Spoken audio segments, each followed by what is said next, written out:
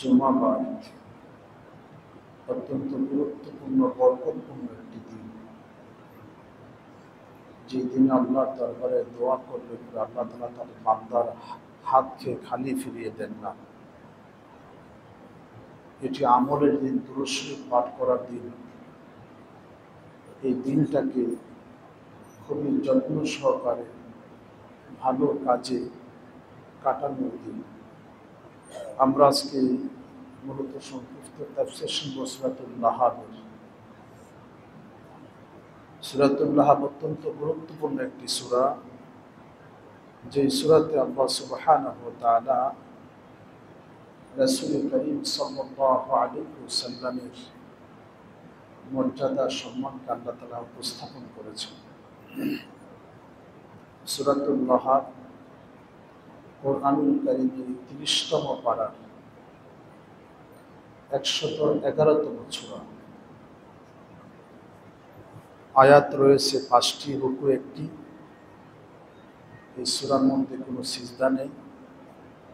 এই সূরার পূর্বের সূরা হচ্ছে সূরাতুন নাসর, ইযা জাআ নাসরুল্লাহি ওয়াল ফাত, এবং পরের সূরাটি হচ্ছে সূরাতুল ইখলাস, কুল হুয়াল্লাহু আহাদ। অত্যন্ত বরকতপূর্ণ গুরুত্বপূর্ণ একটি সূরা, যে সূরাতে আল্লাহ সুবহানাহু ওয়া তাআলা আমাদেরকে গুরুত্বপূর্ণ কিছু মেসেজ দিয়েছেন। বিশেষ করে সম্মানিত মুসলিম কেরাম, বুখারী মুসলিম শরীফে এই সূরার যে শান-নুজুল এসেছে,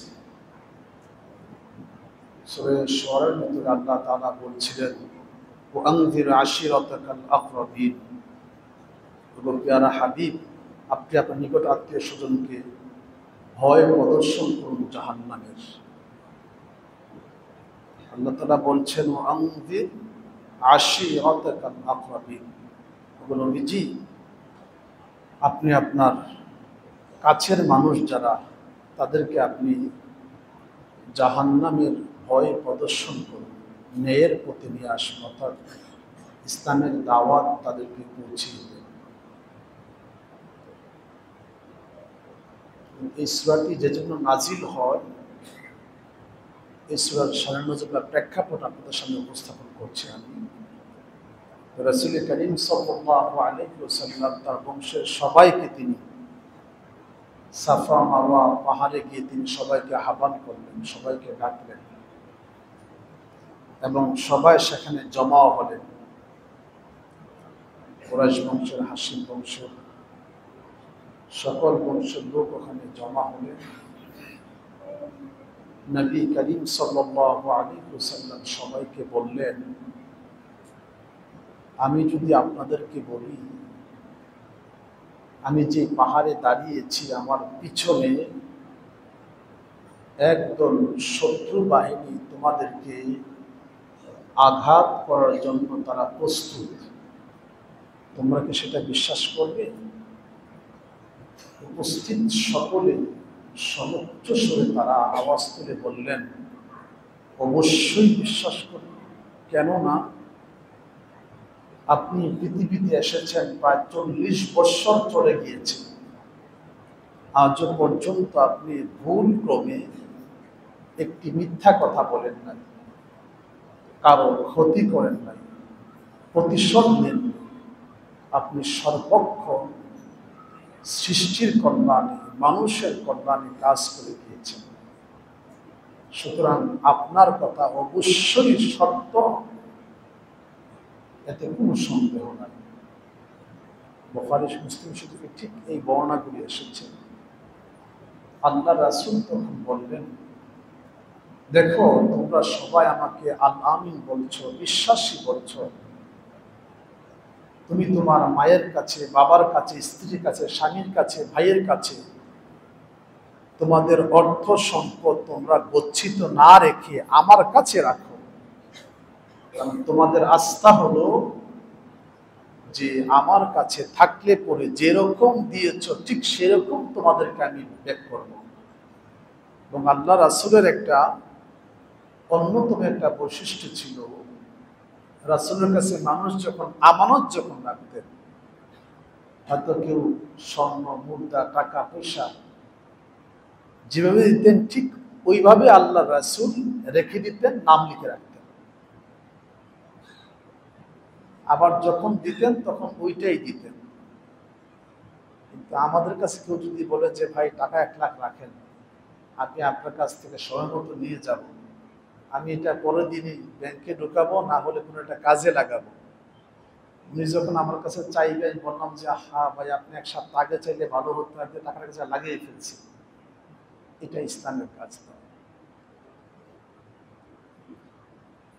রাসূল কারীম সাল্লাল্লাহু আলাইহি ওয়াসাল্লাম উপস্থিত সবাইকে বললেন, তোমরা সকলে আমাকে বিশ্বাস করো,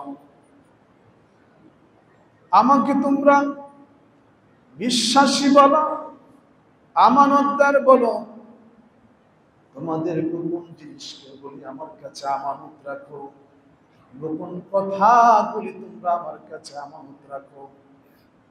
তোমরাই বলো আমি কোনদিন মিথ্যা বলি নাই। আজকে তোমাদেরকে একটা সত্য কথা বলি, আল্লাহ তাআলা এই পৃথিবীতে আমাকে পাঠিয়েছেন, লা ইলাহা ইল্লাল্লাহ মুহাম্মাদুর রাসূলুল্লাহ। আল্লাহ তাআলা এই পৃথিবীতে আমাকে তামাম সৃষ্টি করার জন্য নবী এবং রাসূল করে পাঠিয়েছেন, যার জন্য নবী এবং রাসূলদের কখনো ভুল হয় না, গুনাহ হয় না। অন্যায় করার মতো যে শক্তি, ভুল করার মতো যে শক্তি এবং পাপ করার মতো যে শক্তি, ওই জিনিসটা আল্লাহ তাআলা কোন নবী রাসূলকে প্রদান করেন নাই। এই জন্য তোমরা 40 বছর পর্যন্ত আমাকে দেখেছো, আমি কোনো অন্যায় করি নাই, জুলুম করি, পাপাচারে লিপ্ত হই নাই। আল্লাহ তাআলা আমাকে পাঠিয়েছেন নবী এবং রাসূল করে। তোমরা যদি আমার সাথে স্বীকার করো লা ইলাহা ইল্লাল্লাহ মুহাম্মাদুর রাসূলুল্লাহ ফাদখালাল জান্নাহ। আমার আত্মীয়-স্বজনরা, আল্লাহ তাআলা আমাকে বলেছেন তোমাদেরকে যেন আমি এই মেসেজটা পৌঁছে দেই। যদি তোমরা আমি রাসূলের উপর ঈমান আনয়ন করো, আমাকে নবী এবং রাসূল হিসেবে মেনে নাও, ঈমান আনতে দেরি হবে, আমার আল্লাহ তাআলা তোমাদেরকে জান্নাতের মালিক বানিয়ে দিবে। অনেকে চুপ হয়ে গেল, তার মধ্যে কিছু লোক তো ক্ষিপ্ত হয়ে গেলেন।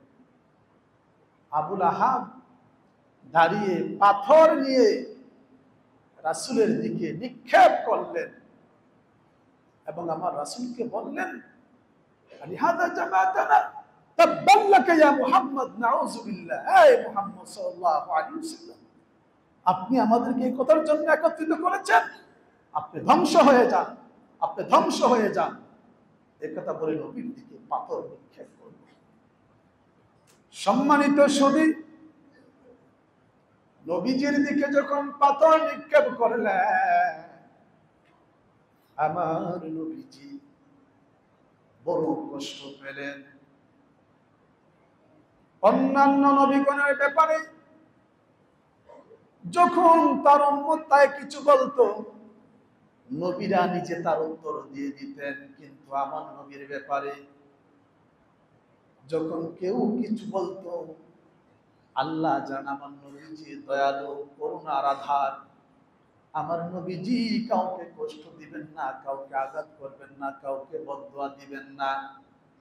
এই জন্য আল্লাহ তাআলা যেখানে নবীজিকে অবমাননা, লাঞ্ছনা, বঞ্চনা করা হয়, যেখানে নবীজির বিরুদ্ধে অপপ্রচার চালায়, নবীকে আঘাত করা হয়, আল্লাহ তাআলা বললেন নবীজি চিন্তার কারণ নাই, সৃষ্টি করে যে আপনাকে আঘাত করব, মনে রাখবেন আমি আল্লাহ তাআলা আমার নিজ হাতে তা দমন করে দিব। আল্লাহ তাআলা এই সময় সূরাতুল লাহাব নাযিল করে দিলেন। আল্লাহ তাআলা বললেন, আউযু বিল্লাহি মিনাশ শাইতানির রাজীম, বিসমিল্লাহির রাহমানির রাহিম, তাব্বাত ইয়াদা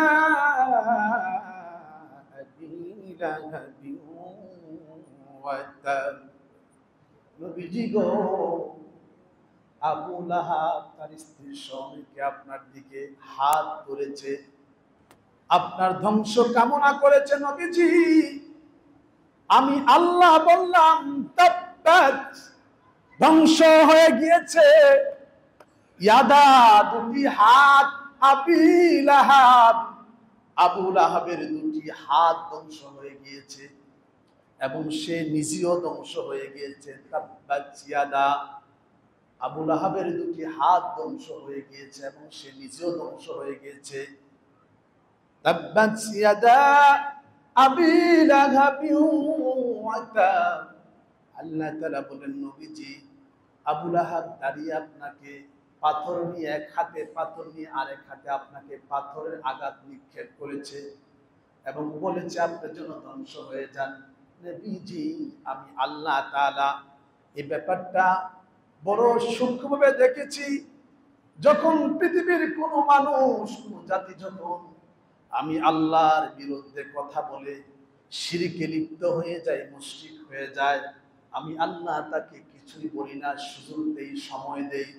কিন্তু আমার বন্ধুর ব্যাপারে, নবীদের ব্যাপারে, আউলিয়া কেরামদের ব্যাপারে, হক্কানি আলেমদের ব্যাপারে যখন মানুষ কোনো কটূক্তি করে, তাদেরকে যখন আঘাত করে, আমি আল্লাহ তাআলা সেটা সহ্য করি না।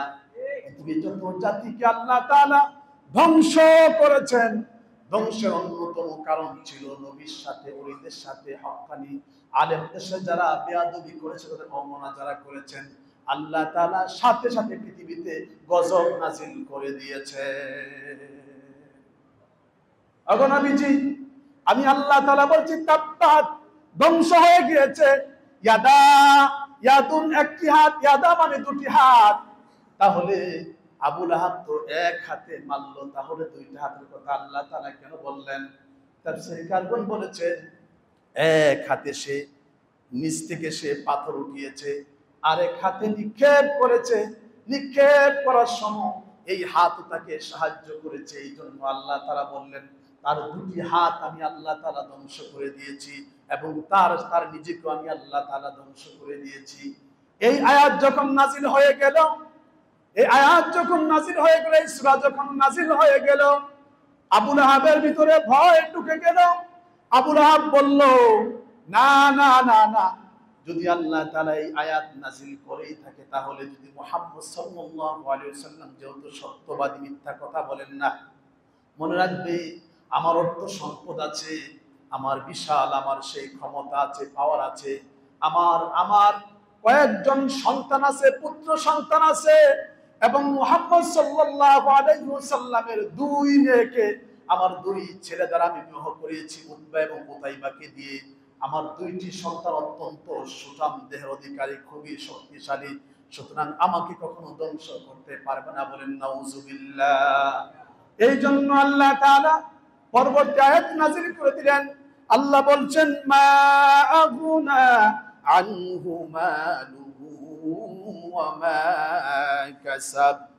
আল্লাহ তাআলা বলেন, এ দুনিয়ার মানুষ, আমার নবীর সাথে যারা বেয়াদবি করবে, কিয়ামত পর্যন্ত মনে রাখবে, নবীকে যারা গালি দিবে, নবীর বিরুদ্ধে যারা অপপ্রচার চালাবে, নবীকে যারা আঘাত করবে, মনে রাখবে আমি আল্লাহ তাআলা তাদেরকে ধ্বংস করে দিব। তাদের মান সম্মান, তাদের অর্থ সম্পত্তি, তাদের ক্ষমতা, যা কিছু আছে সব কিছু আমি আল্লাহ তাআলা তাদের ধ্বংস করে দিব। আল্লাহ তাআলা বলেন, মা আগুনা আনহু মালুহু ওয়া মা কাসাব। শুধু আবু লাহাবের দুই হাত নয়, আবু লাহাব নিজে নয়, তার যত সম্পত্তি আছে, তার যত ধন সম্পদ আছে, কোনো কিছু কিয়ামতের ময়দানে কাজে আসবে না। মা আগনা আনহু মালুহু ওয়া মা কাসাব, সে যত কিছু অর্জন করেছে, তার ক্ষমতা, তার সম্পত্তি, তার সুখ্যাতি, তার সুনাম, সব কিছু আল্লাহ তাআলা ধ্বংস করে দিবেন। কোন কিছু কিয়ামতের ময়দানে কাজে আসবে না। আল্লাহ তাআলা বলেন সায়াসলা নারান যাতা লাহাব। আল্লাহ তাআলা বলেন অতি শীঘ্রই, খুব তাড়াতাড়ি সে জাহান্নামের অগ্নিকাণ্ডে সে নিক্ষিপ্ত হবে। আল্লাহ বলেন শুধু তাই নয়, আমরাতুহু হাম্মালাতাল হাতাব, এবং তার সহধর্মী, তার স্ত্রী উম্মে জামিলা পর্যন্ত সেই জাহান্নামের অগ্নিস্ফুলিঙ্গে সেখানে নিক্ষিপ্ত হবে। আল্লাহ বলেন ফি জিদিহা হাবলুম মিন মাসহাদ, ওই জাহান্নামে যখন নিক্ষিপ্ত হবে, তাদেরকে সেখান থেকে বের হওয়ার কোনো সুযোগ থাকবে না। সেখানে তাদেরকে আল্লাহ তাআলা সেই জাহান্নামের অগ্নি দ্বারা খেজুরের সেই খেজুরের দড়ি দ্বারা আল্লাহ তাদেরকে বেঁধে রাখবেন। জাহান্নাম থেকে বের হওয়ার কোনো সুযোগ তাদেরকে আল্লাহ তাআলা দিবেন না। এই সূরা যখন নাজিল হয়ে গেল, এখন তো নবী করিম সাল্লাল্লাহু আলাইহি ওয়াসাল্লামের প্রতি আরো বেশি আক্রোশ তাদের বৃদ্ধি পেয়ে গেল। এমন বৃদ্ধি পেল যে আল্লাহর নবী যেদিক দিয়ে হাঁটতেন, আবু লাহাবের স্ত্রী সেখানে লাকড়ি বা কাঁটা জাতীয় জিনিস সেখানে পুঁতে দিতেন। আল্লাহর নবী যেখানে যেতেন ওখানে গিয়ে বলতো, সাবধান, এই পাগলের কথা শুনবা না। এবং আবু লাহাব তার লোকদের মাধ্যমে মক্কার যতগুলা প্রবেশদ্বার ছিল, এই প্রবেশদ্বারের ভিতরে লোক লাগিয়ে রাখতো। তারা গিয়ে বলতো, সাবধান, আমরা কিন্তু হাজীদের সেবা করি, হাজীদেরকে পানি পান করাই, আমরা এই দেশের মানুষের আমরা সেবা করি, সাবধান, এদেশে নতুন এক পাগল এসেছে, ওই পাগলের কথা কেউ শুনবা না। বলেন না নাউজুবিল্লাহ। মানুষ এসে বলে, এত বড় বড় মানুষ যেই পাগলের বিরুদ্ধে কথা বলে, তাহলে ওই পাগল যে কত বড় পাগল, এই পাগলকে তো একবার দেখা দরকার। মানুষগুলি নবীজির প্রতি আরো বেশি ভালোবাসার শ্রদ্ধা যখন বেড়ে গেল, মানুষগুলি পাগল দেখার জন্য যখন আসে, এসে যখন নবীজির চেহারার দিকে যখন তাকান, নবীজির চেহারার দিকে তাকিয়ে প্রথম বাক্য বলেন, এই লোক কোনদিন পাগল হতে পারে না। কারণ আল্লাহ তাআলা আমার নবীকে এত সুন্দর করে বানিয়েছিলেন, আর আমার নবীজির কথাগুলি এত সুন্দর ছিল যে আমার নবীজির কথার ভিতরে মানুষের আলাদা একটা শান্তি তৈরি হয়ে যেত। এই জন্য বুখারী শরীফের ভিতরে আছে, আল্লাহ নবী বলেছেন যে, আল্লাহ নবী বলেন, আনাস ইবনে মালিক রাদিয়াল্লাহু তাআলা, নবী সাল্লাল্লাহু আলাইহি ওয়াসাল্লাম, ইয়াসসিরু ওয়া লা তুআসসিরু ওয়া বাশশিরু ওয়া লা তুনাফফিরু। আল্লাহ নবী সাহাবীদেরকে বলতেন, উম্মতকে আল্লাহ নবী সতর্ক করতেন যে, ইয়াসসিরু, তোমরা দিনকে সহজ করো, মানুষের মধ্যে কথাগুলিকে তোমরা সহজ করে বলো, ওলা তুআসসিরু, তোমরা কঠিন পথ অবলম্বন করো না, মানুষের ভিতরে খুব ভয় প্রদর্শন করো না, মানুষের সাথে খুব সত্য ভাষায় কথা বলো না, মানুষকে একটু ভালোবাসা দিয়ে একটু কোমলভাবে মানুষের সাথে কথা বলো।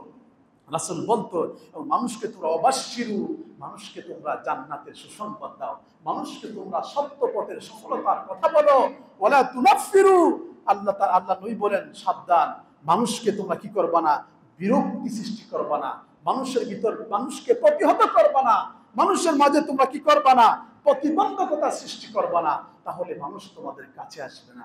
আল্লাহ রাসূলের চেহারা দেখার পরে আল্লাহ রাসূলের চেহারা সবসময় মুস্কি হাসি থাকতেন, তাবাসসুম অবস্থা থাকতেন। চেহারা দিকে তাকাইলেই যে কোনো মানুষের অন্তরান্তা একেবারে ঠান্ডা হয়ে যেত, যে মানুষ তার ক্ষুধার্ত বলে যেত, যে মানুষ আল্লাহ নবীকে কত অবস্থায় দেখতেন, দুনিয়ার সবকিছু বলে আল্লাহ রাসূলের চেহারা মোবারকের দিকে একদম ধীর গতিতে তাকিয়ে থাকতেন। আল্লাহু আকবার, সুবহানাল্লাহ। সেই নবীজির বিরুদ্ধে তারা লেগে গেল। আল্লাহ নবীর বিরুদ্ধে তারা যখন লেগে গেল, আল্লাহ নবী যেখানে দ্বীনের দাওয়াত দেন, আল্লাহ নবীকে আঘাত করতে শুরু করলো। সাফা মারওয়ার মধ্যে আল্লাহ নবী সবাইকে যখন ডাকলেন, আল্লাহ নবীকে যখন আঘাত করলো, আল্লাহ নবী আঘাত করলো, মানুষেরা কিন্তু আল্লাহ সেটা সহ্য করলেন না।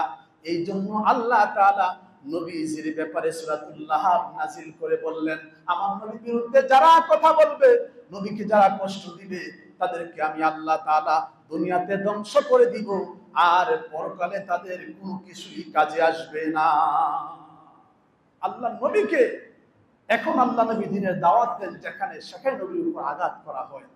আবু জেহেল আমার নবীর দূর থেকে আমার নবীকে যখন আঘাত করলো, নবীজির মাথা মোবারক ফেটে জমিনে রক্ত বের হয়ে গেল। নবীজি আঘাতপ্রাপ্ত হলেন। আল্লাহ নবীর এই কথা চাচা আমির হামজার কাছে যখন চলে গেল, আমির হামজা সে বলল, মুহাম্মদ সাল্লাল্লাহু আলাইহি ওয়াসাল্লাম কে তোমাকে আঘাত করেছে বলো, আমি তাকে দুনিয়া থেকে এখনই বিদায় করে দেব। বলল, চাচা আপনি যদি আমাকে মহব্বত করেন, ভালোবাসেন, তাহলে আঘাত নয়, বরং আপনি আমার হাতে কালমা পড়ে মুসলমান হয়ে যান। আপনি বলুন, আশহাদু আল্লা ইলাহা ইল্লাল্লাহু ওয়া আশহাদু আন্না মুহাম্মাদার রাসূলুল্লাহ, আল্লাহু আকবার। এভাবে নবীজি তার চাচাদেরকে দ্বীনের পথে আস্তে আস্তে নিয়ে আসলেন। শুধু তাই নয়, নবীজিকে তারা তখন চ্যালেঞ্জ করতে লাগলেন যে না না, তিনি নবী নয়, নবী হতে পারে না। আবু জেহেল সে বলল, ঠিক আছে, যদি তুমি নবী হও তাহলে একটা প্রমাণ দিতে হবে। যদি তুমি প্রমাণ দিতে পারো তাহলে আমি আবু জেহেল তোমার হাতে ইসলাম গ্রহণ করব এবং আমি নামাজ পড়ব, আমি তোমার সব কথা শুনবো। তিনি বললেন, ফালা সাদ্দাকা ওয়ালা সাল্লা ওয়ালাকিন কাযাবা ওয়া তাওয়াল্লা। সূরা আল্লাহ তাআলা কোরআন শরীফে সেই ঘটনা তুলে ধরেছেন যে আবু জেহেল বলল যে এখানে যে কথাটা আসলে ফালা সাদ্দাকা ওয়ালা সাল্লা ওয়ালাকিন কাযাবা ওয়া তাওয়াল্লা, আবু জেহেল সত্য কথা বলল না এবং সে নামাজও পড়ল না এবং সে মুখ ফিরে নিল, সে আবার মিথ্যা প্রতিপন্ন করলো। আল্লাহ নবীকে বলল যে ঠিক আছে, আপনি আমাকে একটা মুজিজা দেখান, যদি এই ঘটনা ঘটাইতে পারেন তাহলে আমি সত্য কথা বলবো, আমি ঈমান আনবো, আমি নামাজ পড়বো, আমি আর কখনো আপনার বিরোধিতা করবো না। নবী বলেন, বলো কি করতে হবে। বললে, এক কাজ করেন, আপনি আকাশের চাঁদকে আপনি দ্বিগুণ করে আমাকে দেখান, তাহলে আমি আপনার ঈমান আনবো। আল্লাহ নবী দুই রাকাত নামাজ পড়ে যখন বলেন আসমানের দিকে তাকাও, আল্লাহ নবী সাত আঙ্গুলটা আসমানের দিকে তাকিয়ে যখন ইশারা করলেন, সাদা আঙ্গুল দিয়ে যখন ইশারা করলেন, আকাশের চাঁদটুকু দিনের সময়টা দিন ছিল, সেই দিনকে আল্লাহ নবী রাত করলেন, চাঁদ উঠাইলেন। সেই চাঁদকে আল্লাহ নবী দ্বিখণ্ডিত করে দুইটা পাহাড়ের মধ্যে চলে আসলো। একদম রাতটা অন্ধকার হয়ে গেল। চাক্ষুষ আবু জেহেল দেখার পরে বলল, আস্তাগফিরুল্লাহ, এত দেখি বড় জাদুঘর। চাক্ষুষ অলৌকিক মুজিজা দেখার পরে বলল, না, এটা হতেই পারে না। তখন আল্লাহ তাআলা কোরআন আয়াত নাযিল করেন, ফালা সাদ্দাকা, আরে আবু জেহেল পোড়া কপাল, সে সত্য বলল না, সত্য বিশ্বাস করলো না, ওয়ালা সাল্লা, এবং সে নামাজ আদায় করলো না, ওয়ালাকিন কাযাবা ওয়া তাওয়াল্লা, সে মিথ্যা প্রতিপন্ন করে তার আগার জায়গায় ফিরে গেল। এইভাবে আল্লাহ নবীকে এক এক পরীক্ষা দিতে হইতো কাফেরদের কাছে। যখন তারা নবীজিকে কোনোভাবে দ্বীনের প্রচার থেকে বিরত রাখতে পারলেন না, নবীজির উপর তারা আঘাত করতে লাগলেন, মিথ্যা প্রচার চালাইতে লাগলেন। এমন সময় আবু লাহাব তার দুই ছেলে উতবা এবং উতাইবাকে বললেন, উতবা, উতাইবা রে, তোদের সেই শ্বশুর মুহাম্মদ সাল্লাল্লাহু আলাইহি ওয়াসাল্লামের দুই মেয়েকে তোমরা বিবাহ করেছো, যাও ওই মুহাম্মদ সাল্লাল্লাহু আলাইহি ওয়াসাল্লামের সামনে গিয়ে বলো, তোমার আল্লাহ তোমার দ্বীনকে আমরা মানি না, যদি তুমি এর থেকে ফিরে না আসা তাহলে তোমার দুই মেয়েকে আমরা তোমার কাছে ফিরিয়ে দিব। আল্লাহ নবীর কাছে যখন গেল, আল্লাহ নবী বললেন, দুনিয়া ছাড়তে পারি, মেয়ে ছাড়তে পারি, সব কিছু ছাড়তে পারি, কিন্তু আমার রব আল্লাহ তাআলাকে আমি কখনোই ছাড়তে পারবো না। আবু লাহাবের দুই ছেলে উতবা উতাইবা বাসায় এসে নবীজির দুই মেয়ে, নবীজির সন্তানগুলো ছিল একেবারে খুবই সুশ্রী এবং যে যাদেরকে কোনো অন্ধকার ঘরে রাখলে পরে ঘরটা আলোকিত হয়ে যেত। এবং এই আবু লাহাবের এই যে সূরা লাহাব নাজিল হলো, আবু লাহাবের নাম ছিল আব্দুল উজ্জা, কিন্তু আবু লাহাবের শরীরের রং ছিল গৌর রঙের, মানে আগুন জ্বালা যেরকম অগ্নি সুরঙ্গ হইতো এরকম। এই জন্য তাকে মানুষ আবু লাহাব বলে ডাকতো, লাহাব বলে তাকে মানুষ ডাকতো, এই জন্য তার নাম হয়ে গিয়েছিল লাহাব। যেমন আবু জেহেল, তার নাম আবু জেহেল ছিল না, তার নাম ছিল মূলত উমর ছিল ওনার নাম, এবং উমর রাদিয়াল্লাহু তাআলা আনহু তার নাম ছিল উমর। একজনের নাম ছিল উমর ইবনে হিশাম, আরেকজনের নাম ছিল উমর ইবনে খাত্তাব। খাত্তাবের ছেলে উমর আর হিশামের ছেলে উমর, আল্লাহু আকবার। দুইজনের নাম ছিল উমর, ওই দুইজনের নাম ছিল, একজন হিশামের ছেলে আরেকজন ছিল খাত্তাবের ছেলে। এই দুইজনের নাম ছিল মূলত উমর। আর আবু জাহেলের উপাধি ছিল তখন আবুল হাকাম ছিল, খুব জ্ঞানী মানুষ ছিল, বুদ্ধিজীবী ছিল তৎকালীন যুগে। কিন্তু এই বুদ্ধিজীবী আল্লাহ নবীর বিরুদ্ধে যখন গেল, তখন এই বুদ্ধিজীবী হয়ে গেল নির্বল, আবু জাহাল হয়ে গেল, মূর্খ হয়ে গেল। সম্মানিত সুধী, কিভাবে হলো ঘটনা মনে পড়ে গেছে, ঘটনাটা আপনাদেরকে উপস্থাপন করি, খুবই সংক্ষেপে সেটা বলতে চাই। আল্লাহ নবীর বিরুদ্ধে দারুন নদওয়ার বৈঠকে কাফেররা যখন বলল এক একটা বংশ থেকে এক একজন যুবক আমরা নিয়ে আসবো, আর ওই যুবকগুলি নবীজিকে আক্রমণ করবে, যারা আক্রমণ করবে তাদেরকে শত শত স্বর্ণ অলংকার মুদ্রা দেওয়া হবে, তাদেরকে 100 উট প্রদান করা হবে। তখন ওমর ইবনে খাত্তাব রাদিয়াল্লাহু তাআলা মুসলমান হন নাই, তিনি বললেন যে কাউকে লাগবে না, একা আমি মুহাম্মদ সাল্লাল্লাহু আলাইহি ওয়াসাল্লামের সেই গর্দান, তার মাথা পারক আমি কেটে নিয়ে আসবো, শুধু আমাকে একটু সময় দাও। তরবারি হাতে নিলেন, নবীজিকে হত্যা করার জন্য রওনা দিলেন। প্রতিমধ্যে সংবাদ পেলেন, আরে ওমর, কাকে মারার জন্য গেছো? তোমার নিজের আপন বোন এবং ভগ্নিপতি দুইজন তো তার হাতে কালমা পড়ে মুসলমান হয়ে গিয়েছে। সুবহানাল্লাহ। ওমর রাদিয়াল্লাহু তাআলা যদি কথা শুনলেন, আমার বোন ভগ্নিপতি দুইজন মুসলমান হয়ে গেছে, তার তো পায়ের রক্ত মাথায় উঠে গেছে। দৌড়ে আগে বোনের বাড়িতে গেলেন, গিয়ে দেখেন কি সুন্দর কোরআন তেলাওয়াত করতেছে। কোরআনের আয়াত যখন শুনলেন, শোনার পরে তিনি ভিতরে ঢোকার পরে যিনি টিচার ছিলেন তিনি কা লুকাইছেন, আর গিয়ে প্রথমেই শুরু করলেন ভগ্নিপতিকে আঘাত করা। ভগ্নিপতিকে যখন মারতে শুরু করলেন, তখন বোন দাঁড়িয়ে বলেন, সাবধান, তুমি যেরকম খাত্তাবের ছেলে, আমি খাত্তাবের মেয়ে, আমার স্বামীর গায়ে তুমি আঘাত করতে পারো না। কেন তুমি আঘাত করবা?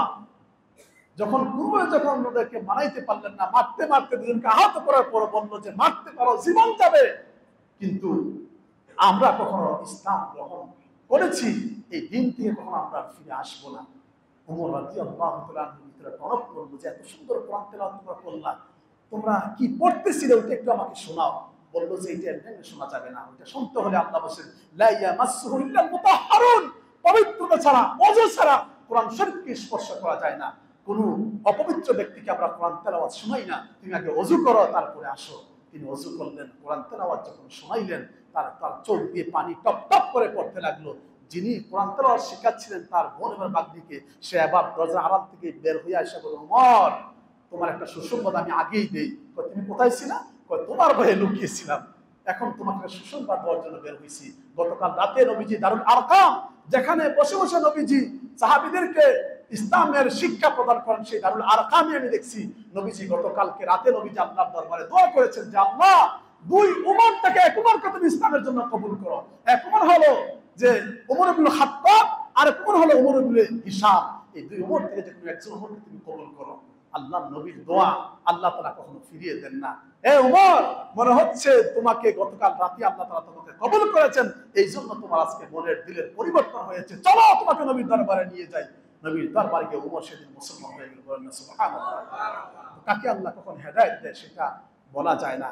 এই জন্য কাউকে পাপিষ্ঠ বলে গালি দেওয়াটা, কারোর বিরুদ্ধে কটূক্তি করাটা, কাউকে জাহান্নামী বলাটা, এটা আমাদের কখনো শোভা পায় না, এটা আমরা বলতে পারি না। সম্মানিত সুধী, আবু জাহালের দুই ছেলে উতবা এবং উতাইবা বাড়িতে আসলেন।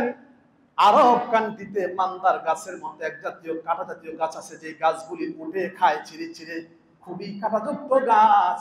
দুই মেয়েকে বললেন, শোনো, তোমরা দুই বোন, আমাদের দুই ভাইয়ের স্ত্রীর সহধর্মিণী, যে তোমরা তোমাদের বাবাকে অস্বীকার না করো, তাহলে তোমাদেরকে আমরা একজনও রাখবো না। দুই মেয়ে দাঁড়িয়ে বলল, সেই ছোট্টবেলা থেকে বাবাকে দেখেছি, বাবা কোনোদিন মিথ্যা বলে নাই, আমার বাবা যা বলেন সেইটাই হক, সেইটাই সত্য।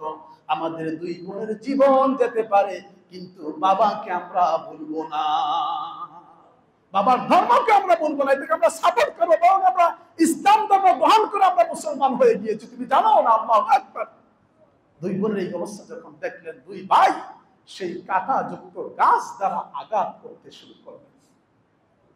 আঘাতের পর আঘাত, সুন্দর মানুষ, শরীর থেকে রক্ত বের হয়ে পুরা শরীরটা লাল হয়ে গেল। দুইজনকে বলল, যাও, তোমাদের দুইজনকে আমরা তালাক দিয়ে দিলাম, তোমাদের সাথে আমাদের কোনো সম্পর্ক নাই, দুই বোন চলে যাও। এই অসুস্থ অবস্থায় দুই বোন খুব কষ্ট করে রাসূলের কাছে যখন এই নিউজটা আসলো, চিত্রা নবী যখন দেখলেন, নবীজির চোখ মুবারক দিয়ে পানি টপ টপ করে পড়তে লাগলো। এত সুন্দর মানুষ, নবীজির সন্তানগুলো নবীজির আদর্শে বড় হয়েছেন, নবীজির চার মেয়ে নবীজির আদর্শে বড় হয়েছেন। চার মেয়ের আচার আচরণ, চলাফেরা, কথাবার্তা খুবই মাধুর্যপূর্ণ ছিল। এত সুন্দর মানুষ, ন্যায়পরায়ণ মানুষ, এত আল্লাহওয়ালা তাকওয়াবান মানুষ, নিরপরাধ মানুষ, যাদের জবানের কথা শুনলো মানুষের কলিজা ঠান্ডা হয়ে যায়। এই নিরপরাধ মানুষকে তারা আঘাত করলো। আল্লাহ নবী তখন আল্লাহর কাছে বললেন, আল্লাহ, আমি আমার এই মেয়েদের কষ্টগুলো সহ্য করতে পারছি না, আমাকে আঘাত করেছে করো। তারা পার্সোনালি আমাকে অনেক ধরনের অপমান করেছে, গালি দিয়েছে, তারপরে আমি কিছু মনে করি নাই, কিন্তু আমার দুই মেয়েকে তারা আঘাত করেছে। আল্লাহ নবী জীবনে দুই জায়গায় আল্লাহ নবী দোয়া করেছিলেন। এর মধ্যে এই এক জায়গায় আল্লাহ নবী ওই উতবা এবং উতাইবা আবু লাহাবের দুই ছেলের জন্য আল্লাহর দরবারে বদদোয়া করেছিলেন, আল্লাহ এই দুইটাকে যেন দুইটা কুকুর খেয়ে নেয়। এই দুই দোয়া যখন করলেন, তখন তো আল্লাহ নবী যখন দোয়া করে ফেলছেন, দোয়া করলে মক্কার কাফেরদের অবস্থা খারাপ হয়ে যেত। মুহাম্মদ সাল্লাল্লাহু আলাইহি ওয়াসাল্লাম দোয়া করছে মানে এই দোয়া ফলবে, এই দোয়ার কোনোদিন এই দোয়ার ব্যতিক্রম হবে না, এই দোয়া কবুল হয়ে গেছে, এটার ফল খুব শীঘ্রই ফলে যাবে। এখন তো আবু লাহাবের এবং তার সন্তানদের ভিতরে পুরা অবস্থা খারাপ হয়ে গেছে। এখন তো তারা বিশ্বাস করেছে, না, যেহেতু উনি করে ফেলছেন সেহেতু কুকুর খেয়ে ফেলবে। এখন দুই ভাই কুকুর দেখলেই পালায়, যেখানে কুকুর দেখে সেখানেই পালায়, যেখানে কুকুর দেখে সেখানেই পালায়, ব্যবসা বাণিজ্য যাবে সেখানেও পালায়। দুই ভাই তো মারাত্মক ভয়ের ভিতরে আছে, সিরিয়ায় যায় ব্যবসা করার জন্য দুই ভাই মিলে। এখন তৎকালীন যুগে মানুষ অনেক চাইত, 200-300 মানুষ মিলে তারা ব্যবসার জন্য বের হইত।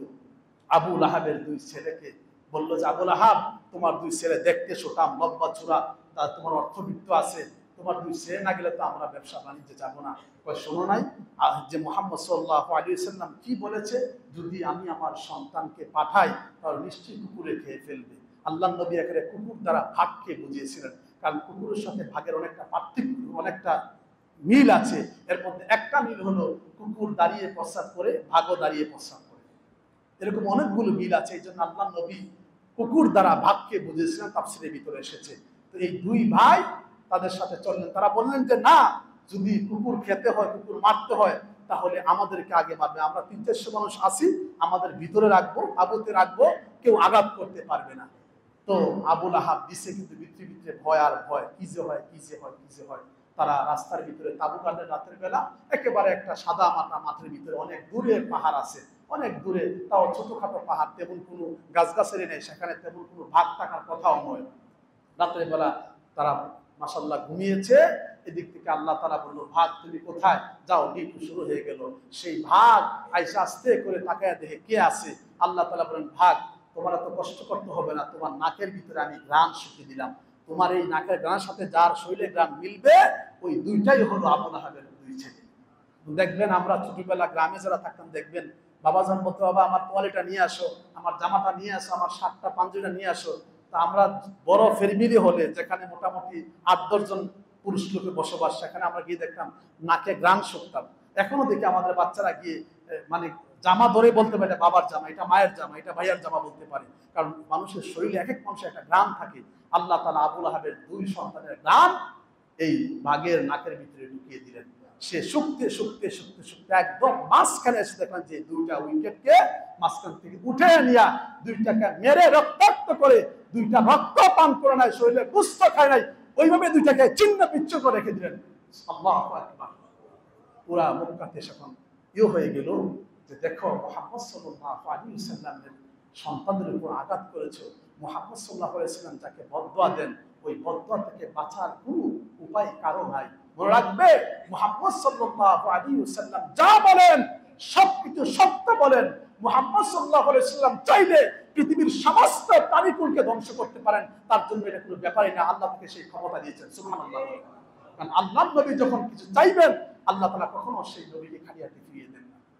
আল্লাহ তাআলা তার নবীকে বললেন, নবীজি, মক্কার মানুষেরা আপনার বিরুদ্ধে অপপ্রচার চালাচ্ছে, বিশেষ করে আবু লাহাব। এই আবু লাহাব আপনাকে আঘাত করে, আপনার বিরুদ্ধে কথা বলে, আবু লাহাবের স্ত্রী আপনার বিরুদ্ধে কথা বলে। নবীজি গো, আমি আল্লাহ তাআলা বলে দিলেন দুনিয়ার মানুষদেরকে আপনি জানিয়ে দিবেন, দুনিয়ার মানুষরা যারা কিয়ামত পর্যন্ত যারা আসবে তাদেরকে সতর্ক করার জন্য আমি নবী এই আমি নবীর সাথে যারা বেয়াদবি করবে, আমার নবীর সাথে যারা, আমার নবীকে যারা আঘাত করবে, এই মানুষদেরকে সতর্ক করার জন্য আল্লাহ তাআলা সূরাতুল লাহাব নাযিল করে বলেন, তাব্বাত ইয়াদা আবি লাহাবিন ওয়া তাব মা আগনা আনহু মালুহু ওয়া মা কাসাব সায়াসলা নারান ذات لهب وامرأته حمالة الحطب في جيدها حبل من مسد। কিয়ামত পর্যন্ত যারা পৃথিবীতে আগমন করবে, যে সমস্ত মানুষগুলো পৃথিবীতে আসবে, তাদেরকে জানিয়ে দিবেন, যারাই নবীর বিরুদ্ধে অপপ্রচার চালাইবে, নবীজিকে কষ্ট দিবে, নবীর বংশকে যারা কষ্ট দিবে, নবীর বংশ নিয়ে যারা ঠাট্টা তামাশা করবে, তাদেরকে আমি আল্লাহ তাআলা দুনিয়াতে ধ্বংস করে দিব।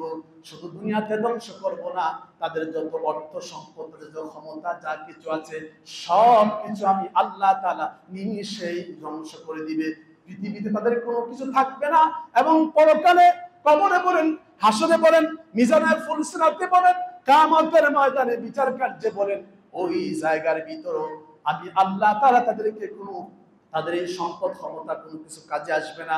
তাদেরকে আমি আল্লাহ তাআলা বিনা হিসাবে আজীবনের জন্য তাদেরকে আমি আল্লাহ তাআলা জাহান্নামে নিক্ষেপ করে দিব।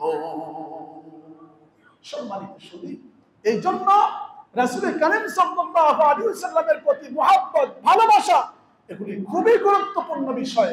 রাসূলের মুহাব্বত যত বেশি থাকবে, তত রাসূলের অনুসরণ করাটা আমাদের জন্য সহজ হবে। রাসূলের জন্য মুহাব্বত শর্ত, আর মুহাব্বতের শর্ত হলো অনুসরণ করা। আমার নবী কিভাবে খেয়েছেন, কিভাবে কথা বলেছেন, কিভাবে তিনি ড্রেস আপ করেছেন, রাসূলের রঙে রঙিন হওয়া, রাসূলের আদর্শে আদর্শবান হওয়া, এটা আমাদের প্রত্যেকের ঈমানের দাবি। মনে রাখবেন, সর্বপ্রথম মুহাব্বত। এজন্য নবীজি বুখারী মুসলিমের মধ্যে বলেছেন, লা ইউমিনু আহাদুকুম হাত্তা কুনা হাব্বা ইলাইহি মিন ওয়ালিদিহি ওয়ালাদিহি ওয়ান নাসি আজমাইন। নবীজি বলেছেন, তোমরা ততক্ষণ পর্যন্ত কোন ঈমানদার হবে না যতক্ষণ পর্যন্ত আমি রাসূলকে তোমার নিজের সন্তান, পিতামাতার জীবন, পুরা পৃথিবী থেকে আমি নবীকে ভালো না বাসতে পারে, তোমরা কেউ ঈমানদার হবে না, তোমাদের ঈমান পরিপূর্ণ হবে না। আমরা মেহেরবানি করে দান বাক্সগুলো ছেড়ে দেই ডান পাশ থেকে, নিয়ত করে যে আল্লাহ নবীজিকে পরিপূর্ণ মুহাব্বত করার, নবীজির অনুসরণ করার তৌফিক দান করো। আজকের এই দানের উসিলায় আমরা সবাই যেন খালি হাতে না ফিরে, দান বাক্সগুলো ছেড়ে দিয়ে আমরা একটু খালেস নিয়তটাকে সহি করি, তারপরে আপনার ঘরে আমরা দান করি। অবশ্যই আল্লাহ তাআলা আমাদের দানকে কবুল করবেন। সম্মানিত সুধী, সেই রাসূল কারীম সাল্লাল্লাহু আলাইহি ওয়াসাল্লামের উম্মত আমরা, যেই নবীকে কটু কথা বললে, যেই নবীর বিরুদ্ধচারণ করলে আমার আল্লাহ সহ্য করেন না, আমার আল্লাহ তাদের জন্য গজব নাজিল করেন, সেই আল্লাহ তাআলা এখনো আছেন কি নাই? তাহলে সেই নবীর ব্যাপারে যখন কথা বলি, শুধু আমাদের নবী নয়, আদম আলাইহিস সালাম থেকে শুরু করে আমাদের নবী পর্যন্ত সকল নবী এবং রাসূলকে অন্তরের অন্তঃস্থল থেকে মুহাব্বত করা, শ্রদ্ধা করা, ভক্তি করা, অনার করা, রেসপেক্ট করা প্রত্যেকটা মুসলমান নর এবং নারীর জন্য ফরজে আইন, নামাজের মতোই গুরুত্বপূর্ণ বিষয়। তবে হ্যাঁ, মানতে হবে একজন হযরত মুহাম্মদ সাল্লাল্লাহু আলাইহি ওয়াসাল্লামকে। ঠিক একইভাবে পৃথিবীর সমস্ত আলেমদেরকে সম্মান করাটা আমাদের জন্য জরুরি বিষয়। সমস্ত আউলিয়া কেরামদেরকে, সমস্ত মুসলমানদেরকে মুহাব্বত করে, এটা আমাদের ঈমানের বিষয়। কোনো মুহাব্বত, কোনো মুসলমানকে ঘৃণা করা আমাদের ঈমানের বিষয় নয়। এই জন্য আপনাকে প্রায় সময় আমি বলি যে আমি কোন দরবারের কোন হুজুরের বক্তব্যটা দেখার বিষয় না। আমি হুজুর তখনই সার্থকতা যখন আমার সমস্ত মুসল্লি, যখন পৃথিবীর সকল মসজিদের খতিবকে যখন ভালোবাসবে, শ্রদ্ধা করবে, রেসপেক্ট করবে, তখন আমার সার্থকতা। আর যদি এরকম হয় যে আমার মসজিদের মুসল্লি শুধুমাত্র আমাকেই মহব্বত করছে, আমার পাশের মসজিদের খতিব সাহেবকে বাঁকা চোখে দেখছে, তাহলে এখানে আমার ব্যর্থতা। আমি নিজেও জাহান্নামী হতে পারি, আমার মুসল্লির জায়গাটাও জাহান্নামে হতে পারে। এই জন্য সকল মুসলমানদেরকে, বিশেষ করে সকল হক্কানি আলেম ওলামাদেরকে, হক্কানি আউলিয়া কেরামদেরকে মুহাব্বত করাটা, এটা আমাদের ঈমানের দাবি। সকল মুসলমান আমাদের ভাই ভাই, সকল আউলিয়া কেরাম আমাদের এই আউলিয়া কেরাম, সকল ওলি এবং আল্লাহ, সকল আলেম ওলামারা তারা আমাদেরই লোক, তারা আমাদেরই প্রাণের মানুষ, আমাদেরই প্রাণের স্পন্দন। এজন্য প্রত্যেক আলেম ওলামাদেরকে মুহাব্বত করাটা, ভালোবাসাটা আমাদের প্রত্যেকের ঈমানের দাবি। আল্লাহ তাআলা আমাদের সবাইকে এক আর নেক হয়ে কাজ করার তৌফিক দান করুন। মনে রাখবেন, আমরা যারা আছি, এটা আমাদের বিশ্বাস করতে হবে যে নবীজির আদর্শে আদর্শবান হতে হবে, নবীজির রঙে রঙিন হতে হবে। আমার দ্বারা কেউ যেন ক্ষতিগ্রস্ত না হয়ে যায়, আমার দ্বারা কেউ যেন কষ্ট না পায়। আমাকে যদি কেউ কষ্ট দিয়ে থাকে, আমার উপর জুলুম করে থাকে, যদি আমি মাফ করতে পারি অনেক ভালো, মাফ করতে না পারলে অন্তত পক্ষে সে যেই পরিমাণ আমার ক্ষতি করেছে, আমার বিবেক দিয়ে ঠিক ওই পরিমাণটা তার কম যেন হয়, তার থেকে যেন বেশি আবার জুলুম অত্যাচার না হয়ে যায়। মনে রাখবেন যে আজকে আপনি যা করছেন বিবেক দিয়ে করবেন, যে আমি যেটা করতেছি ওইটা আসলে ঠিক কিনা।